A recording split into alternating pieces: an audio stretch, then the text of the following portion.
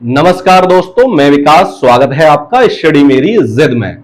जैसा कि आपका हिंदी में टॉपिक चल रहा है संज्ञा, जिसमें हमने पिछले वीडियो में देखा है कि आखिर में व्युत्पत्ति के आधार पर संज्ञा कितने प्रकार की होती है। उन सभी के बारे में हमने चर्चा की और संज्ञा किसे कहते हैं। आज हम इस वीडियो में देखेंगे कि आखिर में अर्थ के आधार पर संज्ञा कितने प्रकार की होती है। तो चलिए शुरुआत करते हैं। बात आती है अर्थ के आधार पर, ठीक है। अर्थ के आधार पर, अर्थ के आधार पर जो संज्ञा होती है आपकी 5 प्रकार की होती है। अर्थ के आधार पर जब भी एग्जाम में प्रश्न पूछा जाए कि अर्थ के आधार पर बताइए संज्ञा कितने प्रकार की होती है, तो अर्थ के आधार पर संज्ञा आपकी 5 प्रकार की होती है। कौन कौन सी? व्यक्तिवाचक, जातिवाचक, द्रव्यवाचक, समूहवाचक और भाववाचक। तो चलिए इन सभी के बारे में एक एक करके चर्चा करेंगे। नंबर ए हेडिंग करके लिखेंगे व्यक्तिवाचक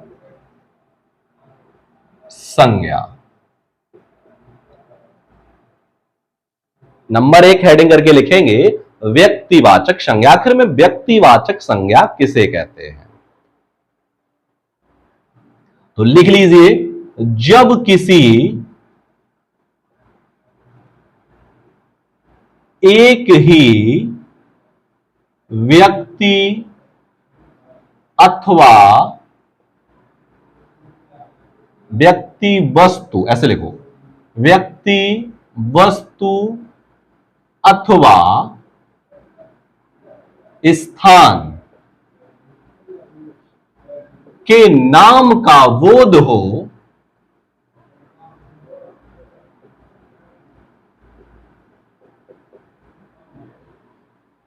जब किसी एक ही व्यक्ति, वस्तु अथवा स्थान के नाम का बोध हो तो उसे हम क्या कहते हैं? उसे हम कहते हैं व्यक्तिवाचक संज्ञा। जैसे उदाहरण में राम क्या है? एक व्यक्ति का नाम है। गंगा क्या है? एक नदी का नाम है। रामायण एक पुस्तक का नाम है, ठीक है। इसी प्रकार राधा एक व्यक्ति का नाम है। आगरा एक शहर का नाम है आदि।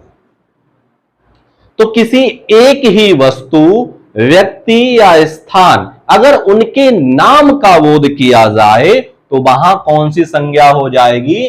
वहां आपकी व्यक्तिवाचक संज्ञा हो जाएगी, ठीक है। चलिए नंबर बी हेडिंग करके लिखेंगे, तब आपको क्लियर हो जाएगा व्यक्तिवाचक और जातिवाचक में अंतर क्या है। जातिवाचक संज्ञा,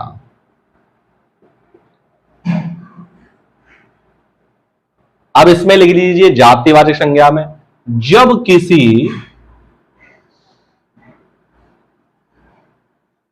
शब्द की जाति का बोध किया जाए,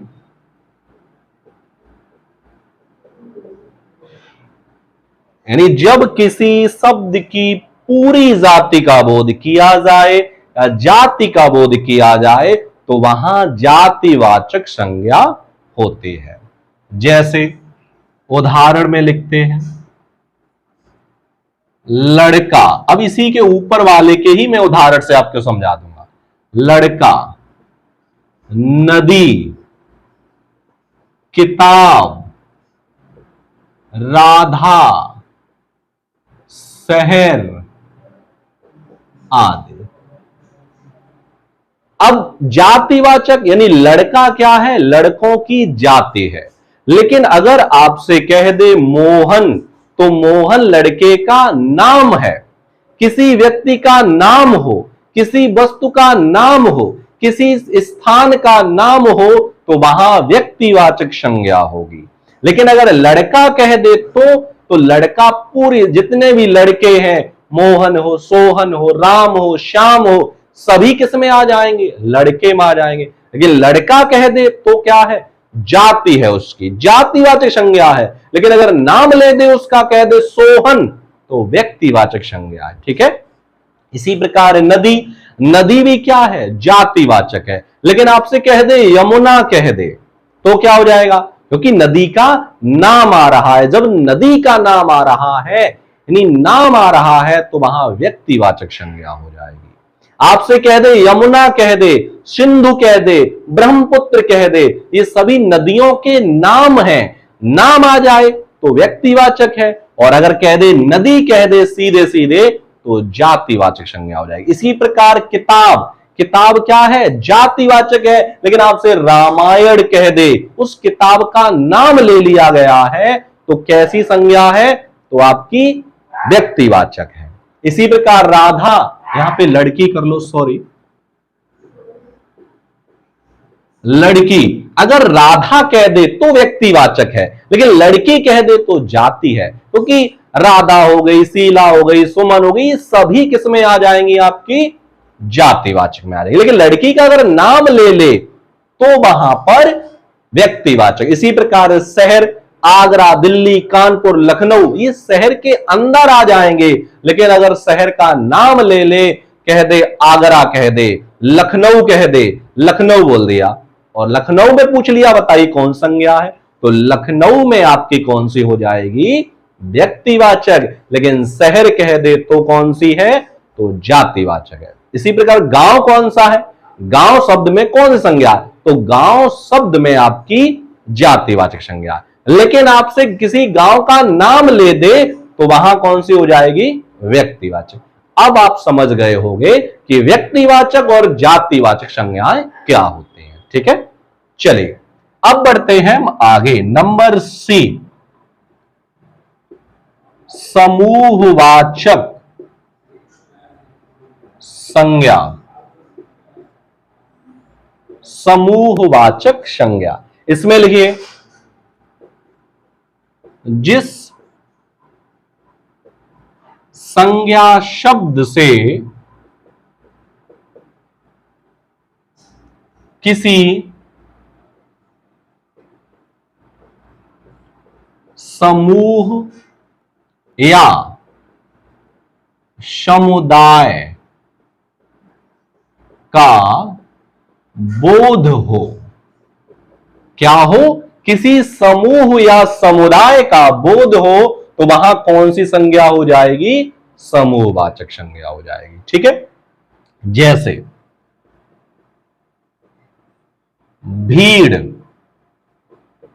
क्या एक व्यक्ति को भीड़ बोल सकते हो? नहीं बोल सकते हो। जब तक उसमें बहुत से लोग ना हो तब तक उसे भीड़ नहीं कहेंगे। इसी प्रकार सेना, सेना भी आपकी कैसी संज्ञा है? समूहवाचक है। ठीक है, एक व्यक्ति को सेना नहीं बोल सकते हो। इसी प्रकार आपका टी सेट, टी सेट क्या होता है?